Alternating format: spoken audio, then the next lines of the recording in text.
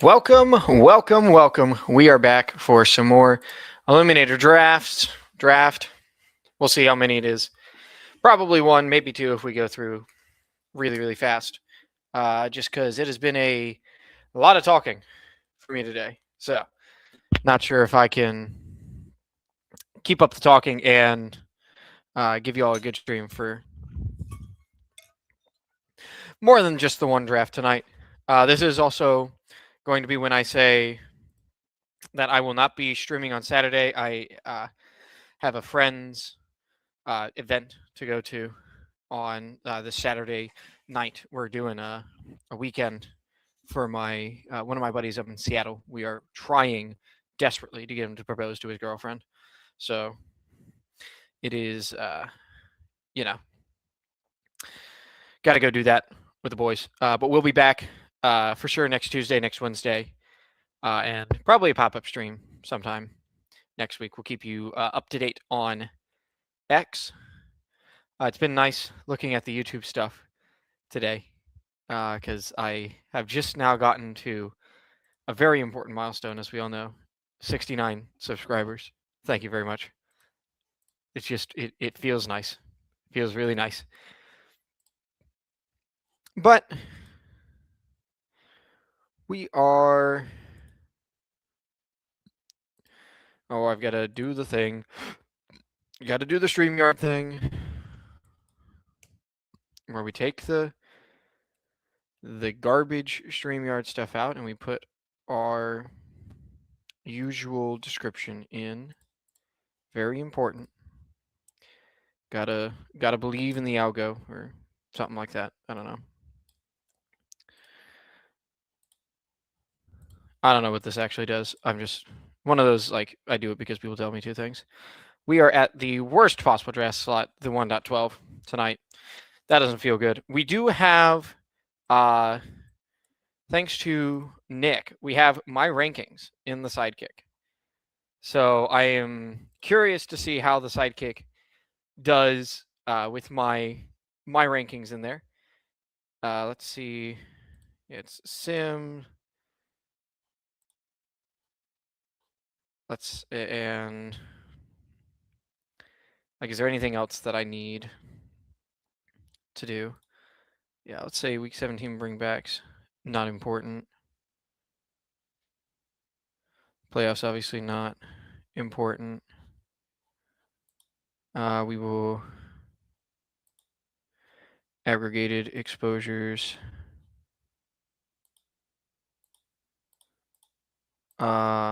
Oh, because it's different for trade draft, regular, and other. Height overlay. Yeah, so it should be drafting off of my rankings right now.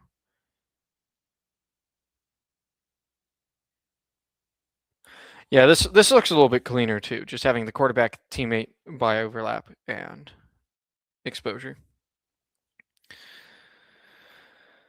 Yeah, I don't know, it's not looking too different for, I wonder if, like, if I have classic in, is it, nope, still doesn't seem to adhere to my rankings particularly well.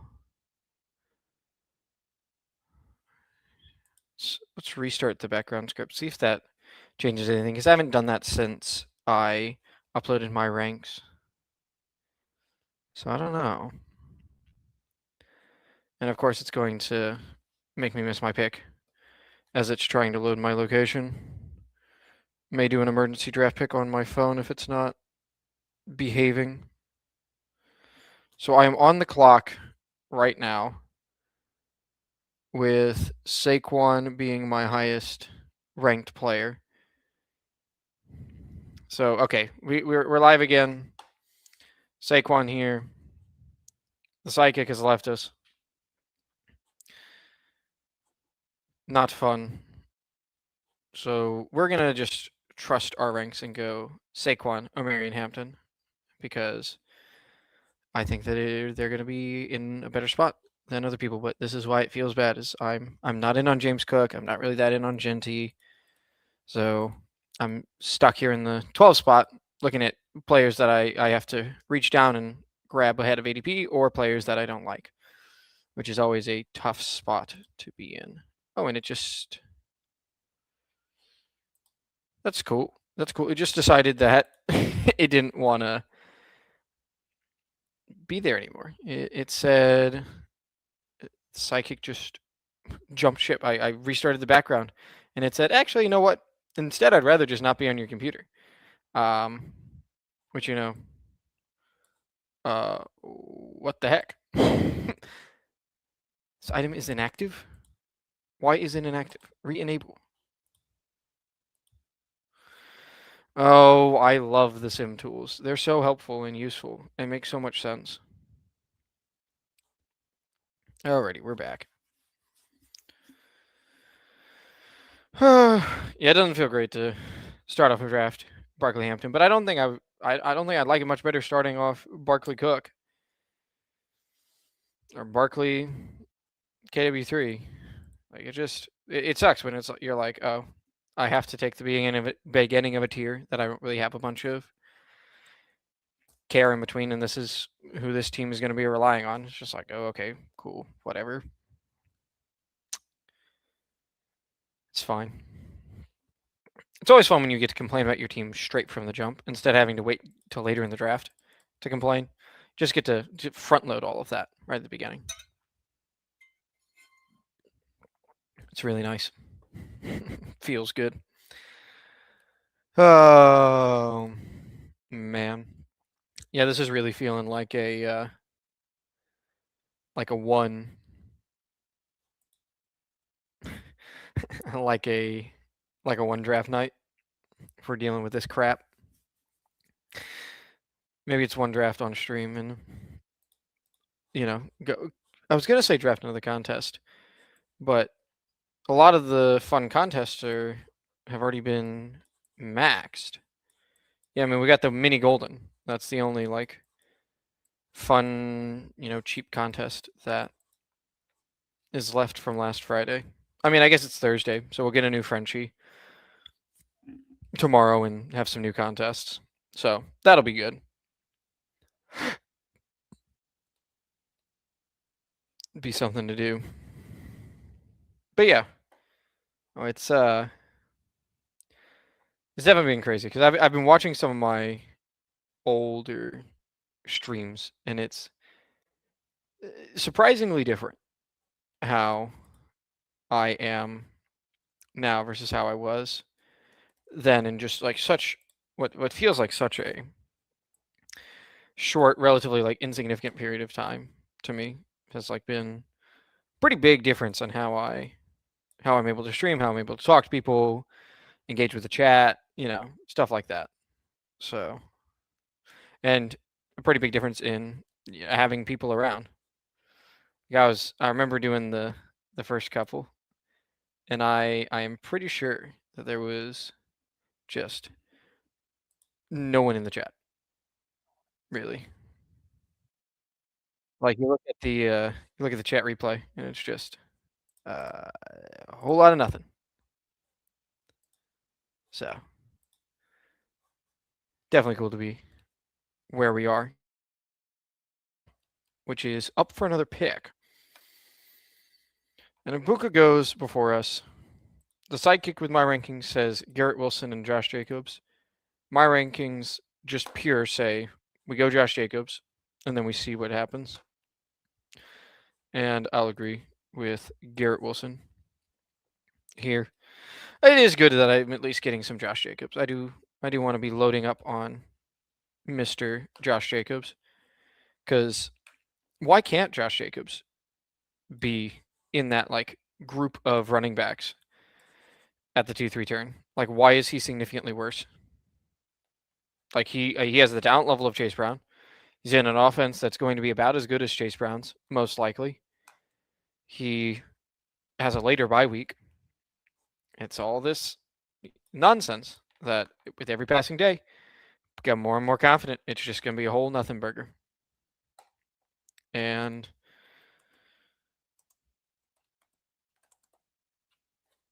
I don't know. I don't like the fact that this is some nonsense that's going on, but he's with the team and he's doing stuff. Like this legal uncertainty, I think, is being overblown. Because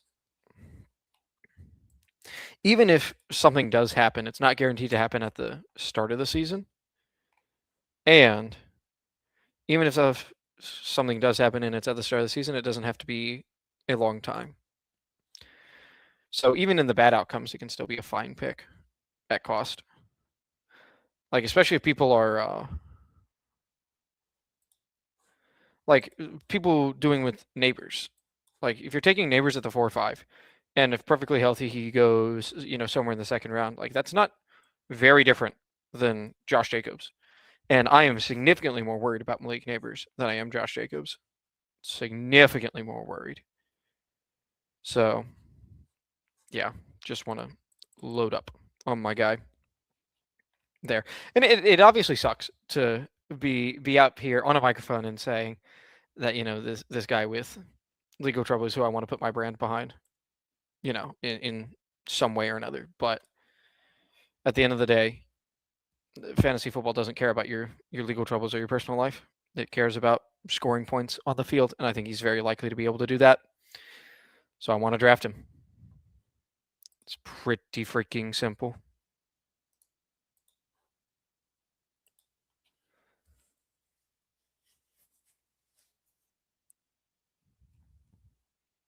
Yeah. Like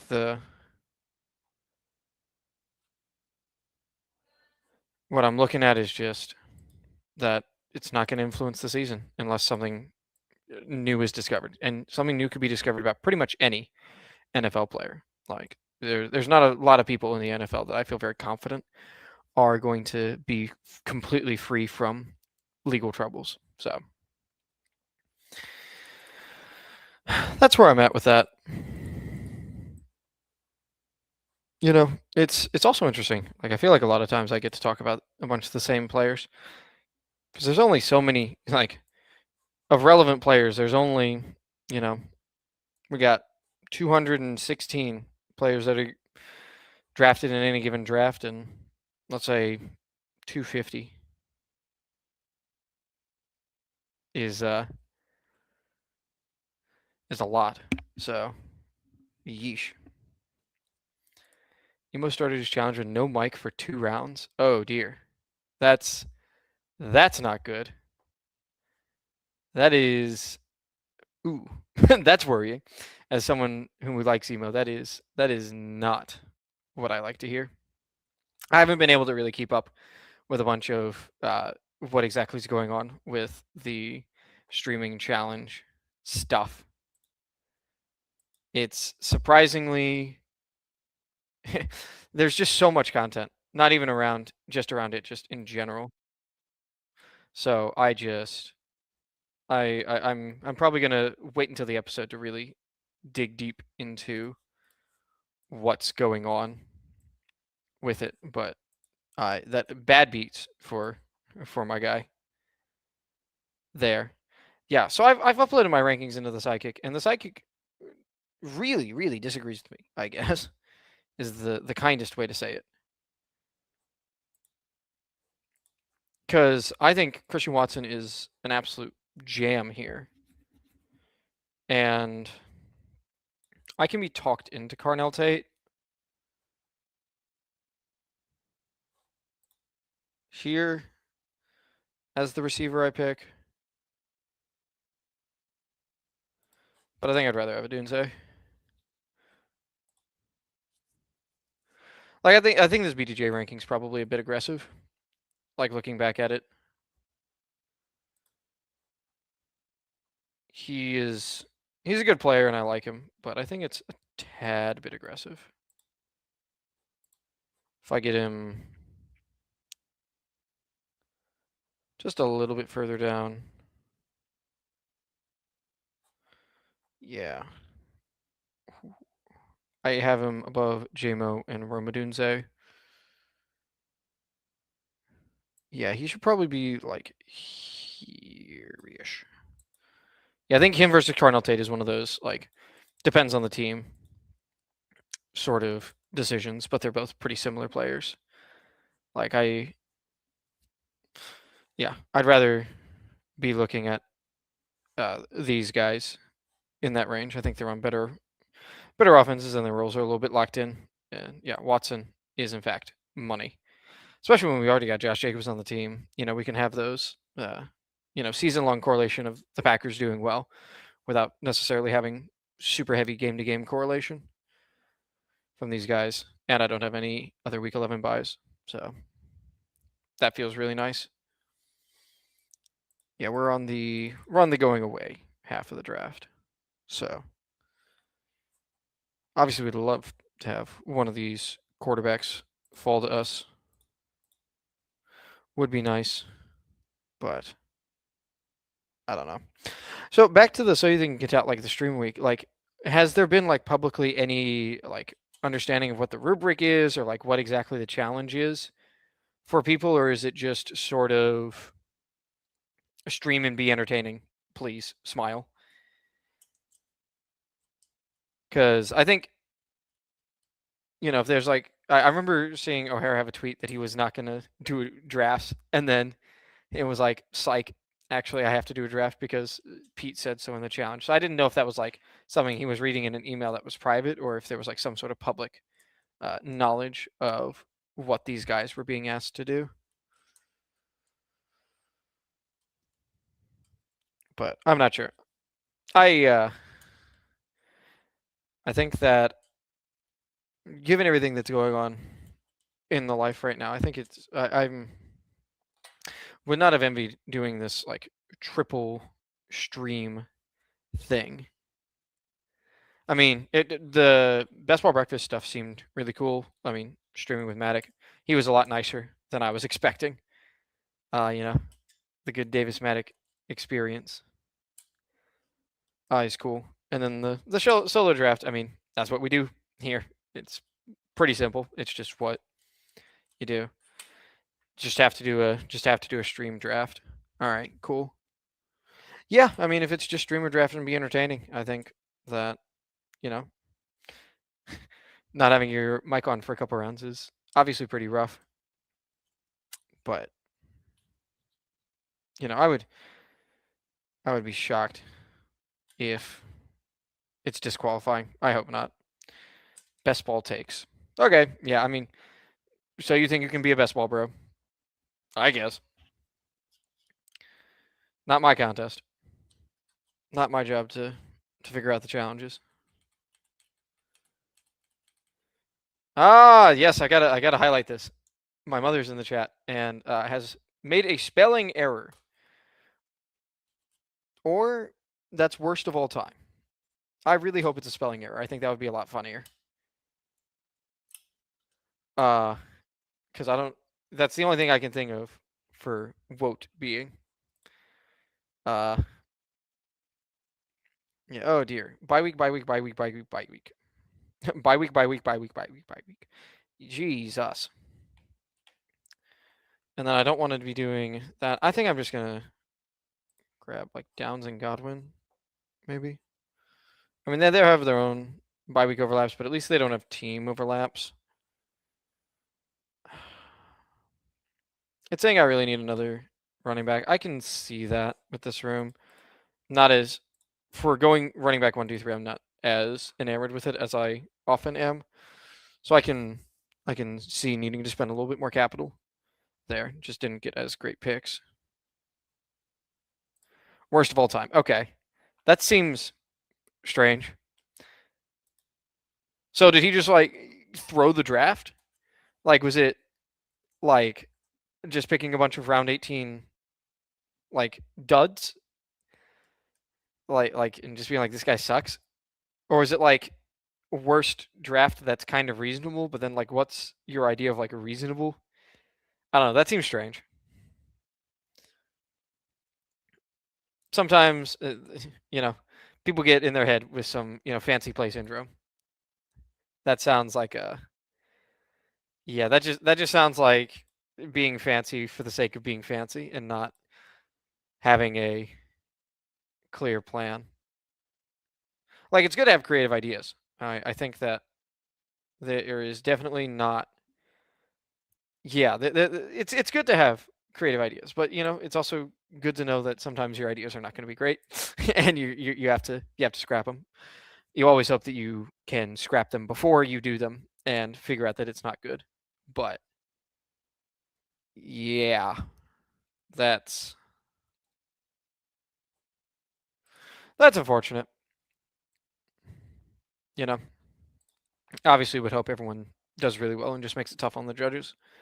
But I mean, if it's has anyone like watched Tony's stream? I'm curious to see what his solo stream was like. I might I don't even know where what it would be, like what his channel would be. That's crazy that I was in the contest for so long and I could not tell you like what this guy's channel would be that he's streaming on. Is it going to be his Survivor channel maybe? Or something? Oh, it's tomorrow. Okay. But still, like I couldn't I don't, even if I wanted to catch it, I don't know how. Chose to overlap with PPR Tyler. Yeah, I mean, it's not like it's going to hurt his viewership at all, I don't think. I'd assume his viewership is going to be, like those of us who are starting out, have a couple of people in the chat there to talk and not much else. I don't know. This seems really good for Cups. Let's just put it that way. But obviously, I mean, if Cups hasn't done his... I mean, if the streams today, the only streams that we got today were Emo not unmuting his mic for 2 rounds and O'Hara, getting a little bit too creative possibly, then it's possible to win by not playing, but you got to play eventually. So, I don't know. This would be this. I mean, if I managed to make it to this week, it would have been interesting to do this as like a first run of the show, because it seems like that's something that would have been perfectly fine with Pete with how everything's going. So that might have been cool. Yeah, I think this is Aaron Jones, and feel good to leave running back. It says Wandale. I think we go Jacoby over Wandale. Some like later Pittsburgh options that I may want to keep open. Yeah, and we're 5-5. I agree with the kick that we need to be really looking at quarterback in the next couple of rounds. Really got to be looking at quarterback in the next couple of rounds. Don't want to fall. Like probably just is purple for these next 3 picks, and then maybe sneak in a tight end there or a receiver. Yeah, this is a sort of like very comfortable structure, but I am not in love with the exact shaking of this team. Like I think the running back room's got good, balanced season-long production. I think we have the right people to get that at the wide receiver room. I'm really worried about quarterback. Doesn't look like anyone's gone like super duper crazy with the quarterbacks, but even just going a little bit above and beyond with a couple of people can really make my room feel bad here. So we'll have to see. We'll have to see what happens. But I am, as usual, worried.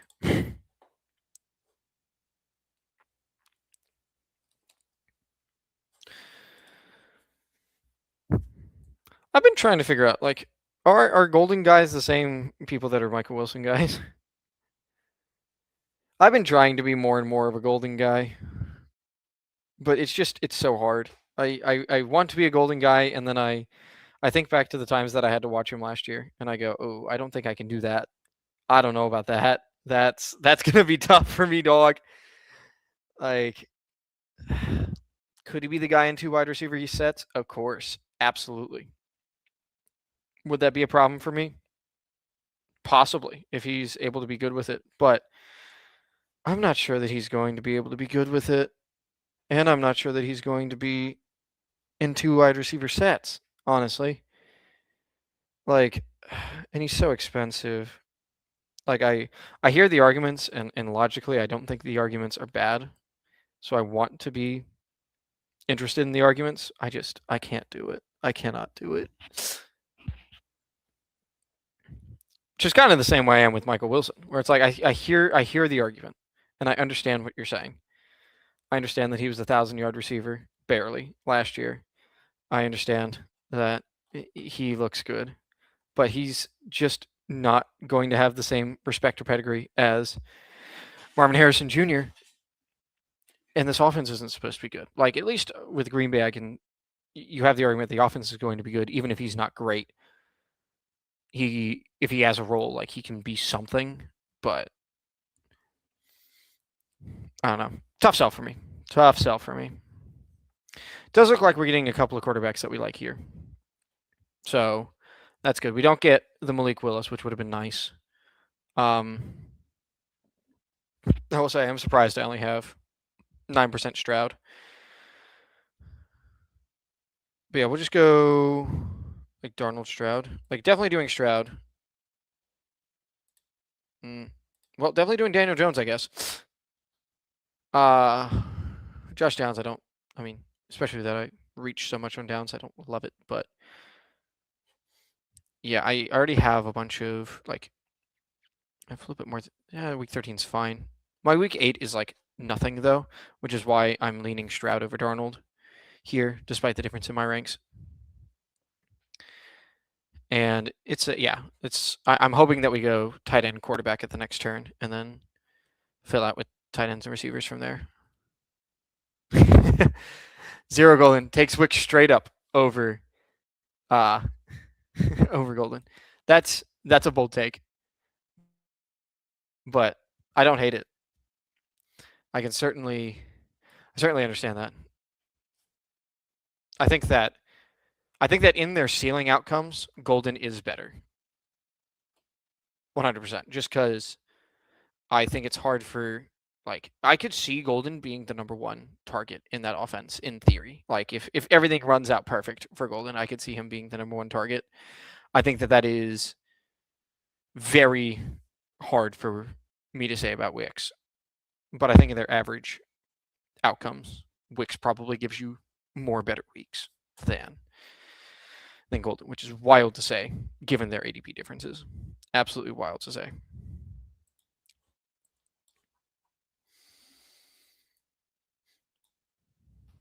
But yeah, you gotta love the running back prices in the Eliminator. 11th round Tyrone Tracy.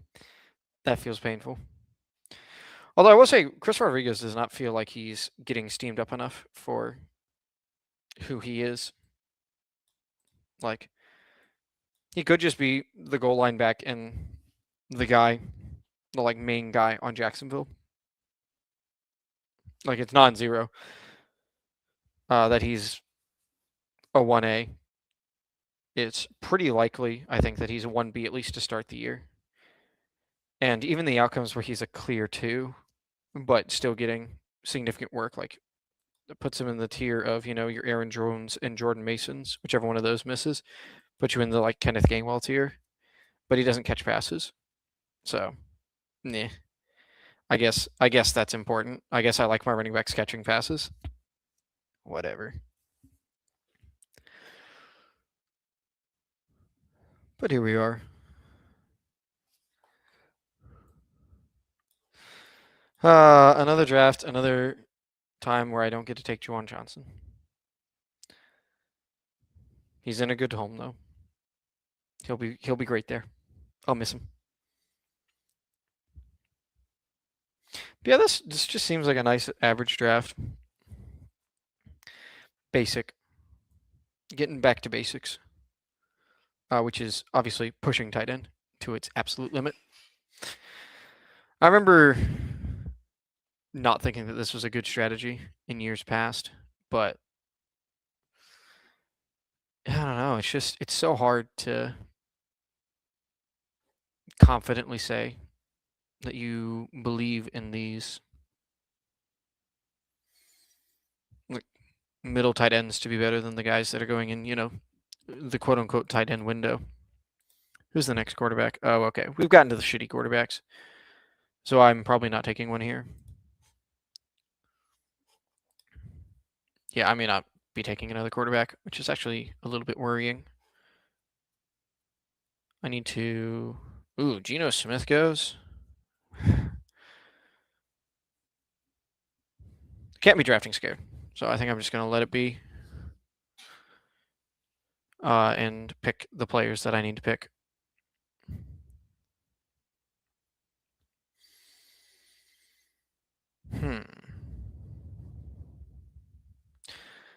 Once again, wild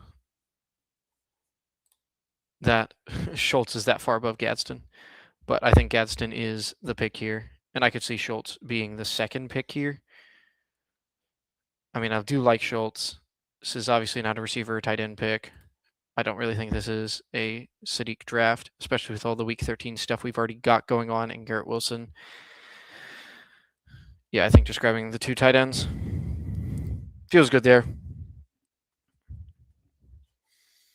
That'll be fine. We'll take another one. And we'll pile up on the receivers.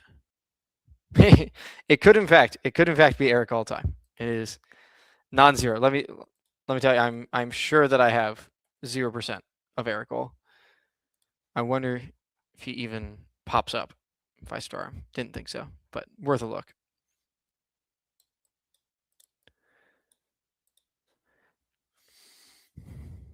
But yeah, there is a team that Eric all is correct for.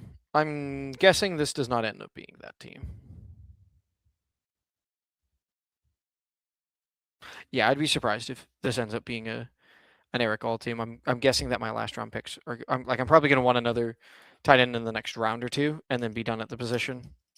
Like, I don't think I'd be comfortable shipping in a tight end room of Gadsden, Schultz, Eric all. Like, I'm not even sure I'd be comfortable shipping a tight end room of like Gadsden, Schultz, Terrence Ferguson, or something like that.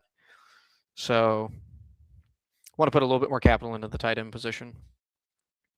So it does not seem like an Eric all draft to me. It seems like more of a random dusty last round wide receiver sort of thing, or take a shot on one of these quarterbacks that we think probably is starting at some point in time during the year. But we don't know when. The Cleveland situation, the Atlanta situation. That's where I'm guessing my last round pick is going to be for this draft. Yeah, but yes, but elims are also the contests where it doesn't really matter that much. Like, you're not getting a huge edge if you're right, and if you're wrong, it can be kind of annoying. So I think it's because I've been turned on to him. I want to have some of him, but I also don't want to over-index on anyone really in those super late rounds. Like, this is like, it's part of the reason why I'm like trying to get my Tank Dell exposure under control, is because I'm like, oh, okay. Even if I think that he has the ability to do really well, I think having a little bit more spread of a portfolio from the later rounds keeps you a little bit in a better spot, just in my mind. If Doza gets to me, we probably take him. This is the Texans Week 13 matchup. Do. 1, 2, 3, 4, 5, 6, 7, 8, 9, 10, 11, 12, 13. It's the Steelers. Oh, that's going to be an ugly game. Yeah, that doesn't feel good, but it could be fine. Oh, we don't really have to think about it. Doza's gone. I need to nuke Calvin Ridley in my ranks. After this turn, I'm going to do that. Because after talking with Rohan about it, like, I don't want to draft this guy. I don't want to draft this guy at any cost. With the 216th pick, I don't want to draft this guy. And I don't have to. So I can just nuke him from orbit.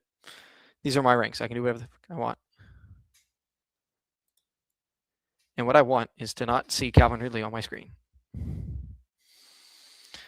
You, Jacoby. Disgusting. This is a Wix team. This is absolutely a Wix team. Yeah. No, this is the perfect definition of a Wix team. And I don't mind K-Dot. K-Dot's probably reasonable. It's like we don't have many more of these like tight ends that are in the range that I am comfortable just doing a third tight end and passing. So that's probably it. Then we're done at running back. So youthful wide receiver and either 2 youthful wide receivers or youthful wide receiver and a quarterback to finish this up. And I think if we get another draft done, like started really quickly, I can squeeze 2 in. I can squeeze 2 in. So I think what I'm going to do is between now and my next pick, I'm going to quickly fill up my water, start the next draft. When I get back, make the last 2 picks. And as long as it starts pretty quick, actually, we'll start sitting in the lobby now. Yeah, because we're waiting for 8 people. And then if it fills within the next 5 minutes, we draft it. If not, we say that's enough for tonight. And I grab some water right now. So I will actually we'll finish this draft, then grab some water, then be back. Yeah, that seems right.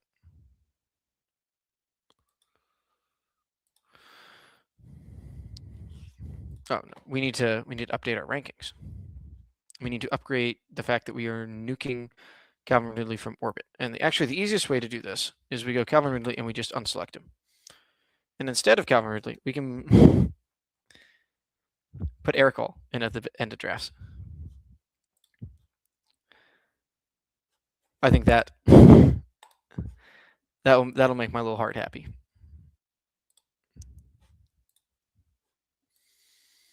Never having to see this shitter again. So why did you take? What you really thought you needed a 4th quarterback when you went Drake May, Jalen Hurts, Brock Purdy? You thought you needed a 4th quarterback? Really? You didn't think a 5th running back might be reasonable here? You didn't think? No? Okay, cool. Cool. No worries, brother. Is this guy gonna want another quarterback? Probably not. This guy gonna want another quarterback? Probably not. This guy, maybe. This guy, maybe. But we got a lot of people who are SOL, so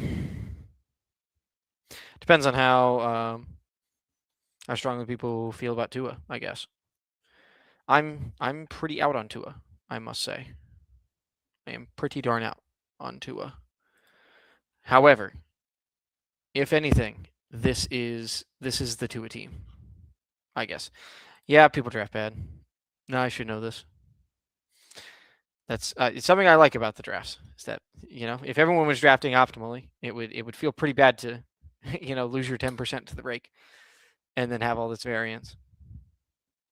So let people draft poorly. It's okay. They're allowed to do that. It's annoying when you're the one who's like, oh, I really would have liked. It would have been really nice if I got my guy. Like even this quarterback room of like Daniels, Dart, Love is probably a bit much for my personal tastes. Definitely not enough running back points. Bigsby, Davis, Walker, McCaffrey is not a running back room that you can count on. Week 5, you're already worried. You're already like, hey, Saquon, can you be injured by week 5? I don't like.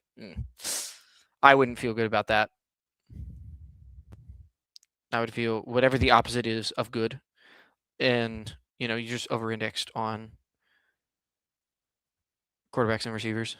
So, yeah. Tua goes. Pick before us. That's really annoying. Jalen Knoll is, I agree, an interesting guy that I need to be more in on. He's probably who should take the Calvin Ridley spot. And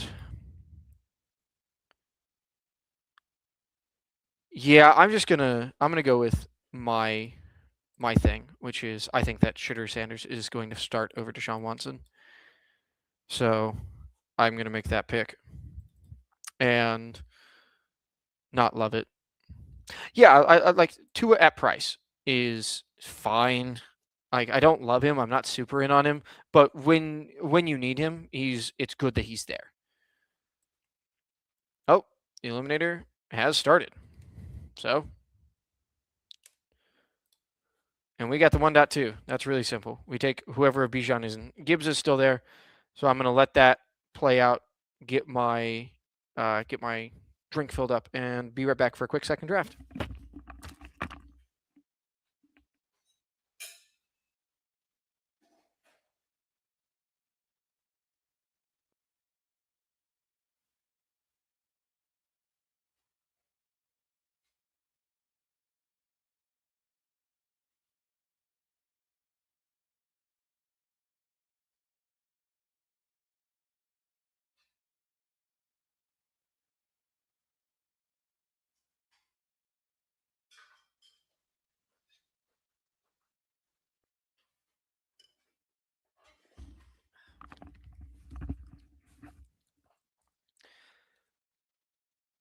Yep, we get Bijan.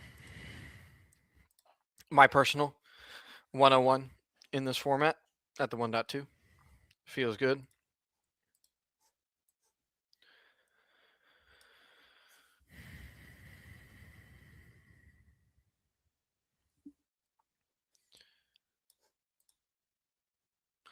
Nice, nice bunch of no badgers in the middle, which will be probably good. How the heck? Like, there's no way it's using my rankings. There is no way it is using my rankings. I have Jonathan Taylor ranked 11th. How are you giving him to me at 7? Like,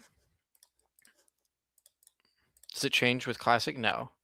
It's not using my rankings. I've uploaded my rankings and it's not using them. There's no way. There's no way.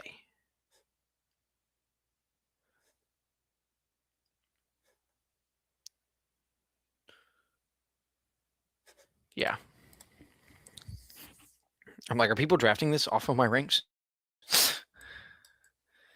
think this is, other than the Gibbs Bijan thing, exactly my ranks, which is obviously not the same, mainly because of the Jonathan Taylor fall. But he falls to a point where it's like I can at least understand people taking him at the 9.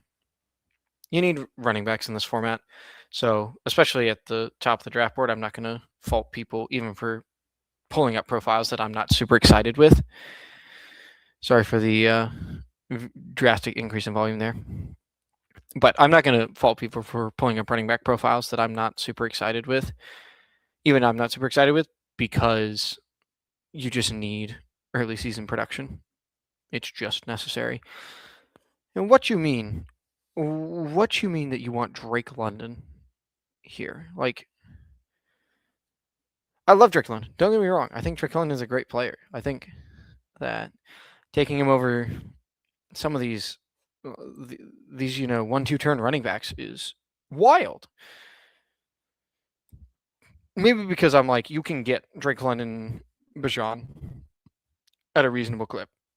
Much harder to get Walker or Brown or A-Chain or Hampton and Bijan. So when you get the opportunity to grab it, you probably should.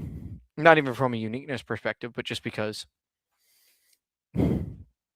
it's good to have these running back pairs that are able to score points and are not getting drafted at absurd clips. I guess there is some value in having, being the only person with this player and this player when you get deeper into the Eliminator format, because it could be like one of these players is just like smashing every week and the other is good. And you're like, oh, okay, well, I get to not be worried about it either way. So let's see how these guys fare with the.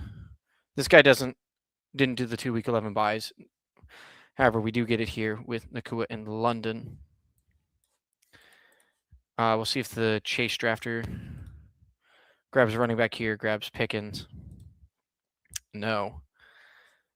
So I'm going to disagree with the kick.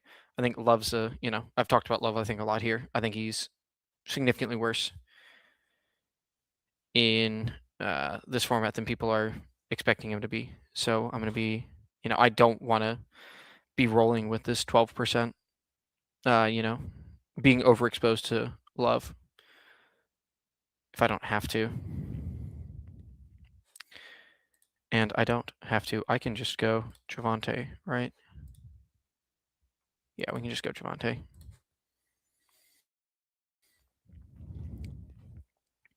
Running back. Late buy running backs. Feels good.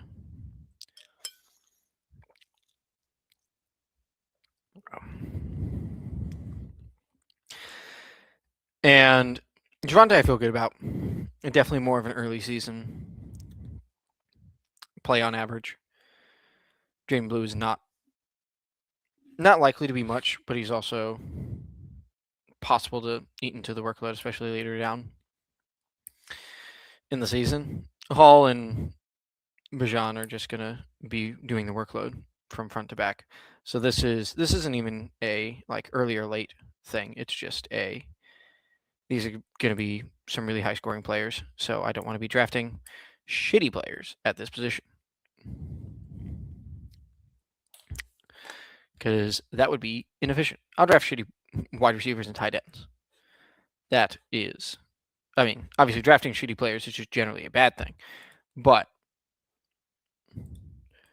drafting players that are less likely to break 20 points is less damaging there. Where is the tab?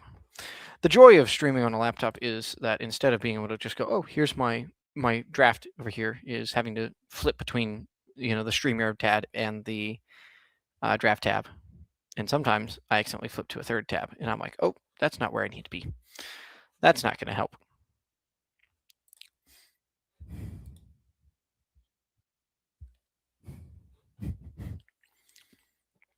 Yeah, this is definitely pushing it on the old pipes. So yeah, I was on calls where I was talking a lot for 5 hours today, and I had my first voice lesson back from being on the job. So our voice is tired. But let's take a look at the board. McBride is going later and later, I'm seeing. So the two things I wanted to update on my rankings were I wanted to put Noel on them.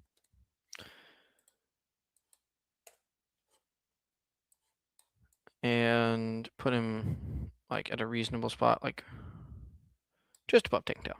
Like we'll go there. And what was the other? Oh, what was the other thing I was supposed to do? I was like Keenan Allen and Kevontae Turpin more than people are saying. Jaden Blue should be higher as he rises in ADP. I want to still be somewhat in on him. Darn, I forgot what it was. That's okay. When I remember, I'll go and I'll futz with it, and I will get who I need to get. Yeah, we're definitely in the wide receiver zone. Hopefully these guys both take some running backs, so I get to keep the good wide receivers on the board here. Yeah, we got a huge bag of Mike Evans, and if you're going to continue to give me him after ADP, I think I'm going to continue to take him. So we'll grab Mike Evans here. And then see who comes back around to us. Okay, got the turn goes Tootin. My ranks say Burden. I think I need to take Burden down in my ranks because I don't really love clicking him here. I still prefer McLaurin over Adams and Waddle right now, though. Yeah. Very slight preference. Like I could pretty easily be swayed on that one. But oh, it was my McBride ring. So let's finish what I was doing with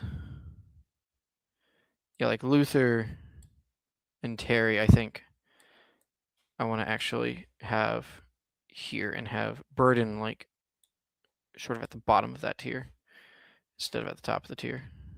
Maybe even have Watson like here, like behind the quarterbacks instead of in front of them. Yeah, that feels better. I think just pulling these guys down. And then like I'm noticing that McBride is going later and later. Like McBride's ADP being like 27.5. If I'm wanting to stay a little bit behind the field on him, I think I need to start taking these running backs and George Pickens over him. And I want to be backing off on Cardinals players as a whole, which I think I also need to reflect in my Marvin Harrison Jr. rankings. He's still a little bit under, but I'm going to put him under Parker Washington. Still ahead of like Lemon and Reed and those guys, but make it so that when he and Parker Washington are falling, I'm at least flipping between the two and not always picking Marvin Harrison. I'm a little bit surprised I haven't gotten any Jameson Williams yet, but not it's not crazy. He's not my type of player, and he's certainly not that big of a player for this contest. So I'm okay with it. Oh, we gotta name the team.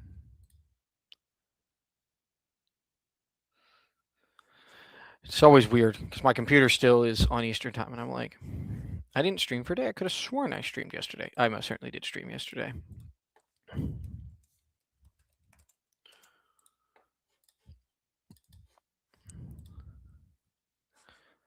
I just haven't fixed my computer's time yet. What's it's called the Eliminator. That's what it's called. Like, what the heck is this contest called? It's in the title. How can I not? It's my whole brand. How could I forget it? How could I forget it? Now we're gonna have some receiver problems on this team. I can already tell. It's gonna be uncomfortable at best.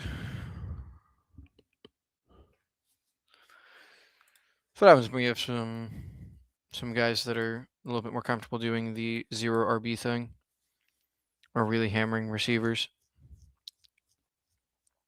and we don't have people, really reaching on these running backs. As we start sitting here going, oh, okay, I gotta be taking some receivers. Which ones I'm getting? Which ones am I getting? And just gotta let the room decide on those things. I'm still way ahead of market on BTJ, which is kind of annoying that I decided to take Terry over Jalen Waddle if BTJ comes back. Not really something you can expect or plan for, but still kind of feels shit. Kind of feels like I could have maybe seen this coming. I don't know. Darn. And we get Drake May sniped from us. I agree that it is Hurts here over BTJ. I think there's a big difference between Hurts and the next bit of quarterback. And if that's not adequately shown in my rankings, I need to move Caleb Williams down. BTJ goes. It's like, yeah, I think I just take DK Metcalf. Yeah, even though I have a ton of DK Metcalf, he's just the right pick for this team. Yeah, we'll need to load up on receivers more as we go along. But yeah, if I don't have it pretty clearly in my ranks that there's a difference between Hurts and Caleb Williams, then I need to adjust my ranks. Yeah, I think like understanding the difference between like these rushing threat quarterbacks and these non-rushing threat quarterbacks is just important. Yeah, just like wiggle these guys down just a little bit. Not even saying that I'm always going to be drafting a Dowdle or a Dobbins ahead of them. Just making it aware that it's like, oh, okay, there's a difference between Drake May, Jaden Daniels, and Jalen Hurts and Burrow and Williams in their profiles as players, and I need to be drafting them accordingly. Yeah, I think I would much rather, like if I had the option, like let's look at the draft board. Like it's obviously complicated by the Hurts thing, but if I had Waddle, like if my fifth and sixth, seventh round pick were Waddle and BTJ, I would much prefer that to McLaurin and Metcalf. So maybe I need like, but in theory, it's just as likely that Odunze would have been the father as BTJ. They're like pretty similar in profiles, and I think they're pretty similar in terms of having people that just believe that Luther Burden or Parker Washington is the guy, and you can have them fall in rooms for that reason. So maybe that's even more reason to when it's right to just take Devontae Adams, because you're not really looking at a week 11 bye wide receiver at the next thing, unless you're having like Christian Watson fall. But at that point, Christian Watson would be falling like 14 picks past ADP, and at that point, I don't really care about the bye week. Like, just give me a great player. So maybe that's like when you know you're taking wide receiver, you know you need to take wide receiver at the 6-7 turn. It's more advantageous to be playing that through Devontae Adams than McLaurin or Waddle. That's an interesting like just roster construction piece of it. Like these are the things that you don't think about unless you're like really looking at this contest. Is going, okay, even in a vacuum, Waddle may be a better pick, or McLaurin may be a better pick, but I'm not trying to draft the best players. I'm trying to draft the best teams. And if Devontae Adams gives me a better team a larger percentage of the time with how the board shakes out, maybe I should be taking Adams when I know that I need to take receivers. Obviously, that means I need to be taking Adams less with Chase and Nakua when I'm like, oh, I don't really need to be taking wide receivers in that range. It's an interesting thing. I might try and implement that sort of thing in my drafts. Just like knowing, like as I get more familiar with the board, knowing who might fall and using that as a tiebreaker in some of these flat tiers. I mean, obviously it may end up working out for me if we get the, Jaden Reed fall to us. But he's still got to make it past a couple of people, or only one person now. But this guy sniped me last time. He does not snipe me this time. I think I'm going to just not look a gift horse in the mouth. Is there any reason to think that he's going to pick one guy over the other at the receiver position on my left-hand side? I don't think so. So we'll grab Reed. Well, I think there is, a slight reason of Reed being slightly higher ADP. So probably slightly more likely that he munches up Reed. What's he looking at? He took Addison. I think we just happily take downs here. We've already got a quarterback. Not really looking at tight end in this range. Get a grab downs. It's crazy how much of some of my guys that we just keep on getting, but no, this looks really good. At receiver, it looks really good. At running back, like we know what we're going to need to grab over these next couple of rounds. Like if we can get a difference maker at tight end, that might be cool. This is definitely a sort of team that'll have some luxury picks. I think Kyle Pitts would be awesome if we could get him. Like Kyle Pitts or Laporta would feel really good. But obviously, you never know. Yeah, it's doubtful that we get them, but it would be really cool if we did.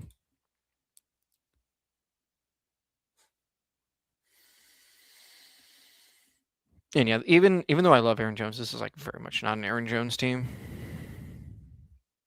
This is, if we're taking a running back in this range, like if you're forcing me to take a running back in this range, I'd rather take JCM.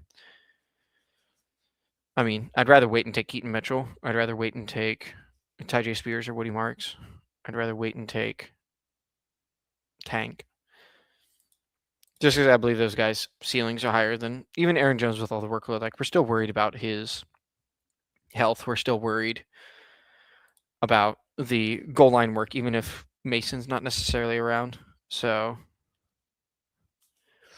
yeah, he's a good player, and I want to be picking up a lot of him. Not on this specific team, though. On this specific team, I want a couple of, like maybe one more solid all the way through wide receiver, and maybe a couple of guys that are more likely to come on towards the end of the season. Big play running backs. Just some guys at quarterback with Hurts should be fine. If I can get 2 Jags there, that would be fine. And then, do we have a difference maker at tight end left? Not really. So, just grab 3 solid tight ends whenever it's convenient to grab them. Feels good.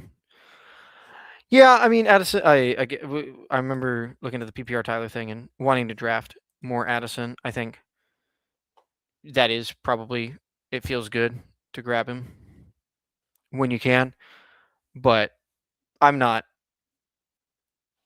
don't think that Addison is like severely underpriced. Like, there is still Tua risk.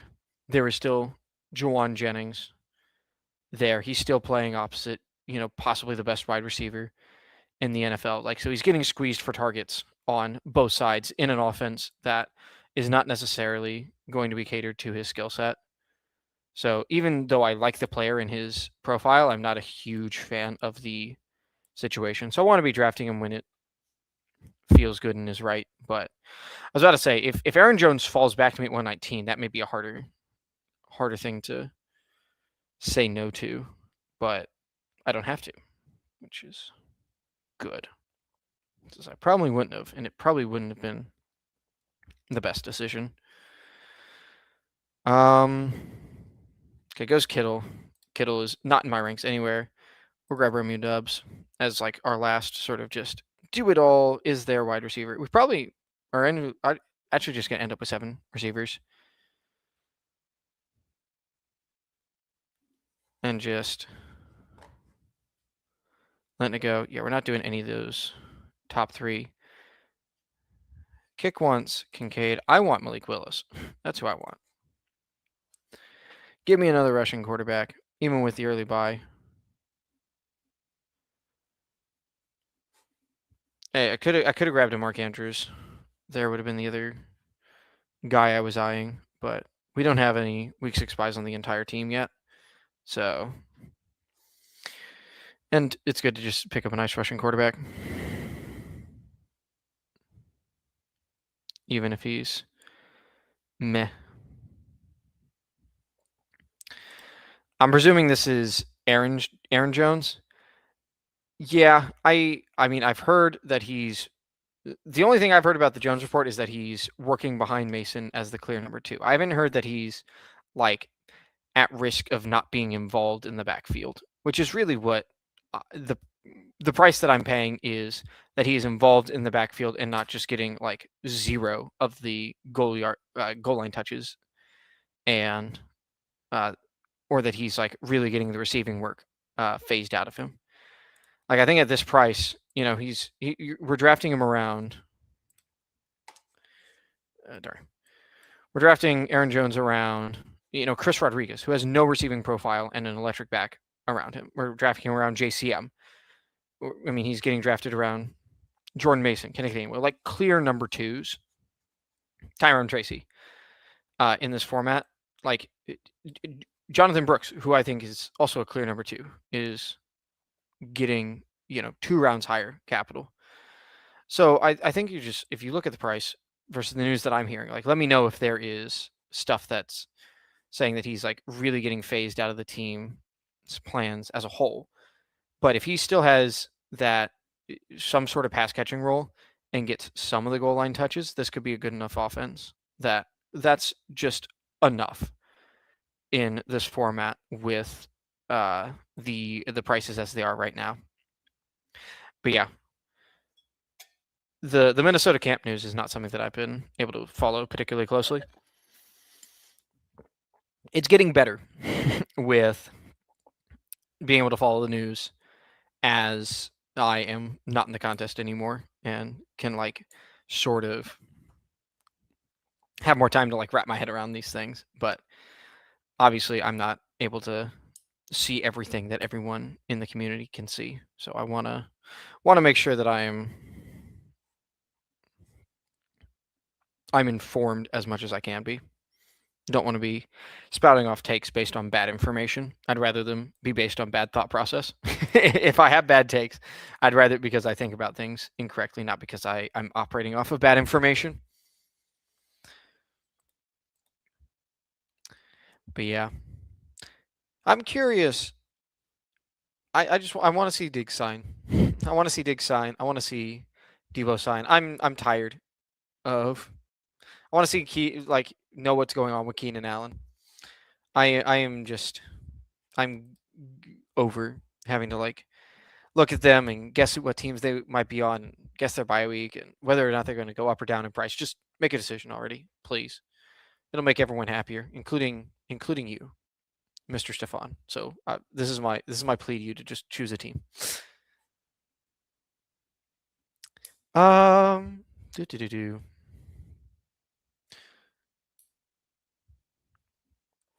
So yeah, we're running out of viable third quarterbacks.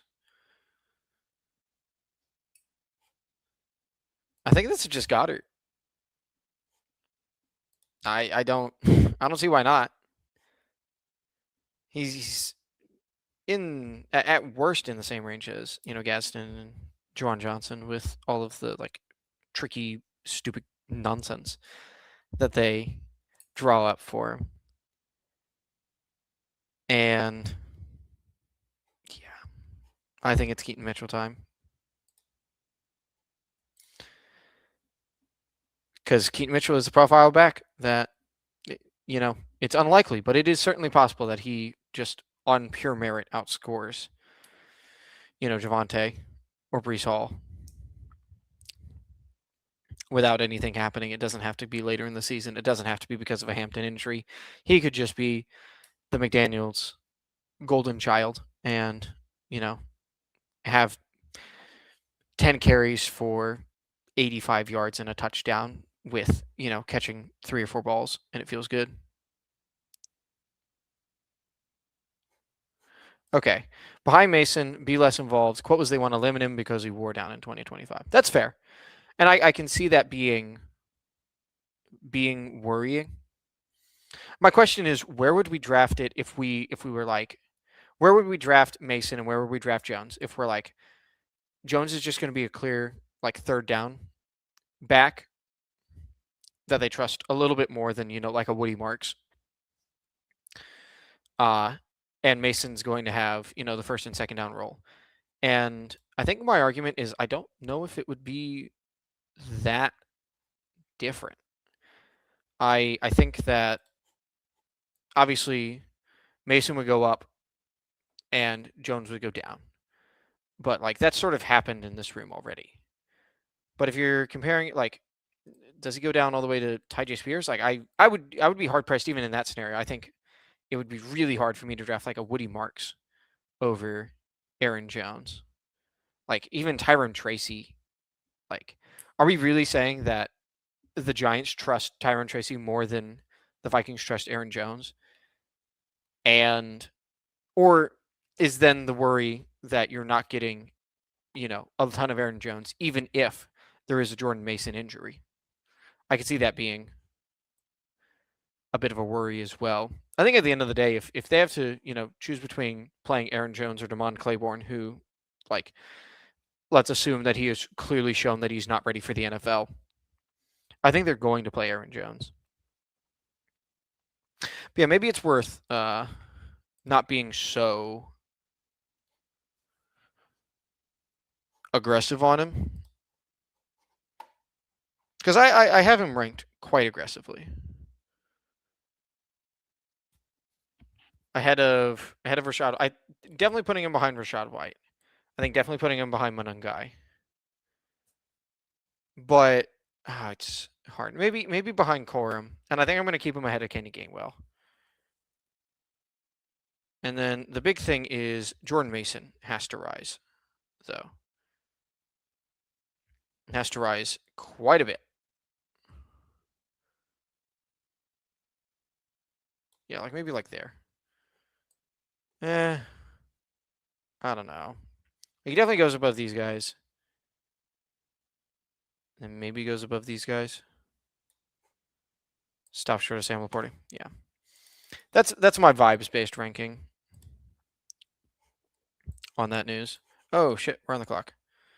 I agree. No, I probably want Hawkinson over AJ Barner. I probably want Aaron Rodgers is actually who I wanted to pick there. But that's what happens when you are adjusting your ranks in the middle of drafts. Sometimes you don't get back in time. But we get Aaron Rodgers anyways. Yeah. Phew. So that makes our quarterback room feel a lot better, I think. Yes. Yep. This is exactly where I'm at. Is if he plays, not sure how good he will be. I feel pretty comfortable where I have him ranked and drafted. I think this would be cool. I think it's interesting to think about. Obviously, that's the end of one Mr. Quan Thornton. But I don't know. Keenan doesn't like. It feels like his skill set wouldn't be really showcased on the Chiefs. I'd be happy not having any Keenan on the Chiefs, but if he goes on the Chiefs, I would be drafting him a bunch at any reasonable price, like any 15th plus round. I'd be drafting him and just be like, yeah, he's fine. It's great.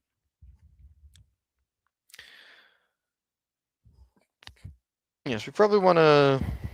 This next turn, we probably take a running back and a tight end.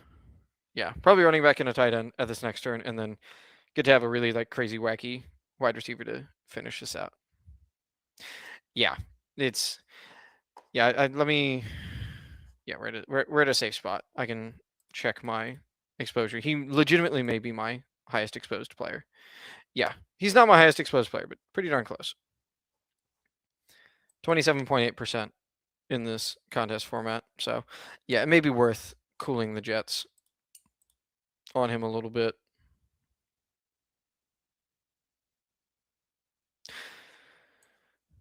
Yeah, and I'm sure that we'll have news that'll shift it back and forth between the Minnesota backfield a decent amount. Yes, the biggest thing there is probably just it's crazy because their ADP is just so different, but it probably just means having the conviction to stand up and go, you know what, I want, pull him down. I cannot for the life of me. Fine, I'll put him beneath Alec Pierce. Is just go like this. Be like, remember, look at these two guys together. I do that actually, just to sort of remind myself. Okay, you want to take a Minnesota running back here, but you want to at least look at the idea of taking Mason over Jones on this team, and look at the exact team and see whether or not that's a reasonable thing to do or not.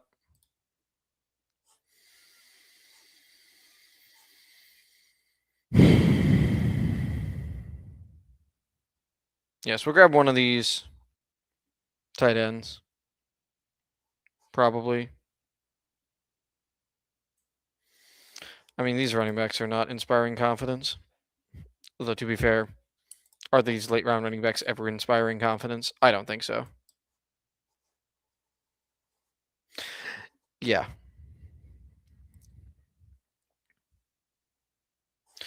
Yeah, maybe I overreacted on the rankings a little bit. I'm gonna go tinker with those. after we make these picks. It's one of my favorite things to do on these streams, just like hear about information from the chat and then just see how it affects the rankings. Make sure that, like, go back, make sure I'm not overreacting to camp reports and stuff, because camp reports are useful information, but also can very easily be overreacted to, I think. So it's good to try and not overreact to them. Stripling, Bernard. I think this might be a Ted Hurst team. Yeah, I think this is a Ted Hurst team. Pull his ass up. And then, like, if we want to find out this receiver, like, file one more guy into this running back room, maybe we do that. Maybe we end up going a different way, but it's at least looking like final pick's going to be a running back, because I don't think we need more juice in this receiver room. I think our receiver room is juiced enough. But yeah, come back here, look at him.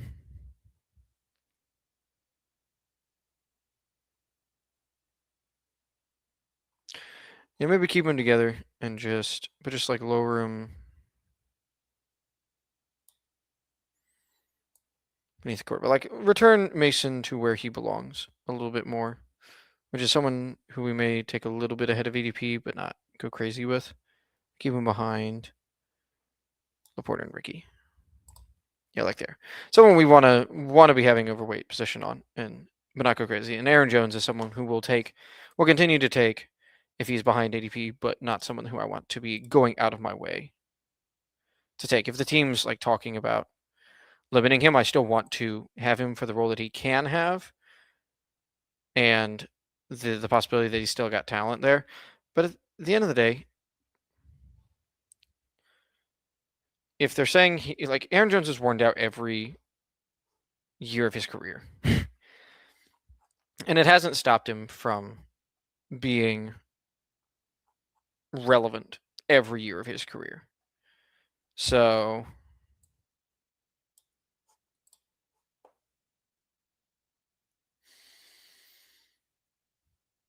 and it's the Vikings. Do they I mean they have aspirations obviously of a deep playoff run, but I think as the year goes on and on and on, they're gonna look and be like, you know what? At this point, we just need to win games. Like if we want to be in the postseason, you got to win games at some point in time.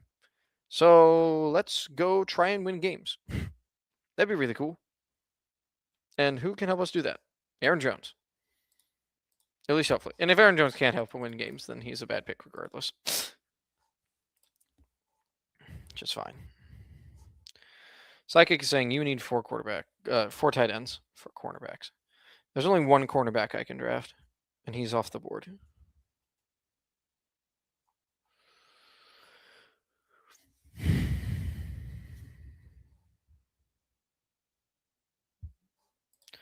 Yeah, I'm really thinking running back here. I really don't think we need another receiver. I think there's a lot of variants of this team that I would have taken Jaden Blue over Ted Hurst. The variants of this team that don't have Javonte, that instead have, whatever other running back. Like the version of this team that has I was going to say Jeremiah Love, but Jeremiah Love forces me to go completely differently. Like that would be a George Holani pick to go with him most likely in a bit earlier of rounds. But I think the real question is if Katron does not fall to us, do we want to take Samaje Perine or Emmanuel Wilson or like Jordan James and DeJuan Claiborne? Could take DeJuan Claiborne, actually, if we're really this is the team that we're worrying about the Minnesota stuff. Or is it better to just say, you know what, I need a little bit more juice at the end of the season at my receiving room? The answer is I don't need to worry about that. Yeah, we'll keep on drafting Katron and just cool off a little bit. Maybe later we don't want to, go too far over 8% on someone that we're not super confident in the late rounds, but he's not terrible. But yeah, this has already been a little bit longer of a stream than I was initially planning, but we got 2 drafts done in an hour 20, so they went fast. Glad I got to get 2 done and not just 1. My everything is giving out, so I think it's time for me to go to bed. Thank you so much for stopping in, guys. Glad to have you, and I will see you later. Bye-bye.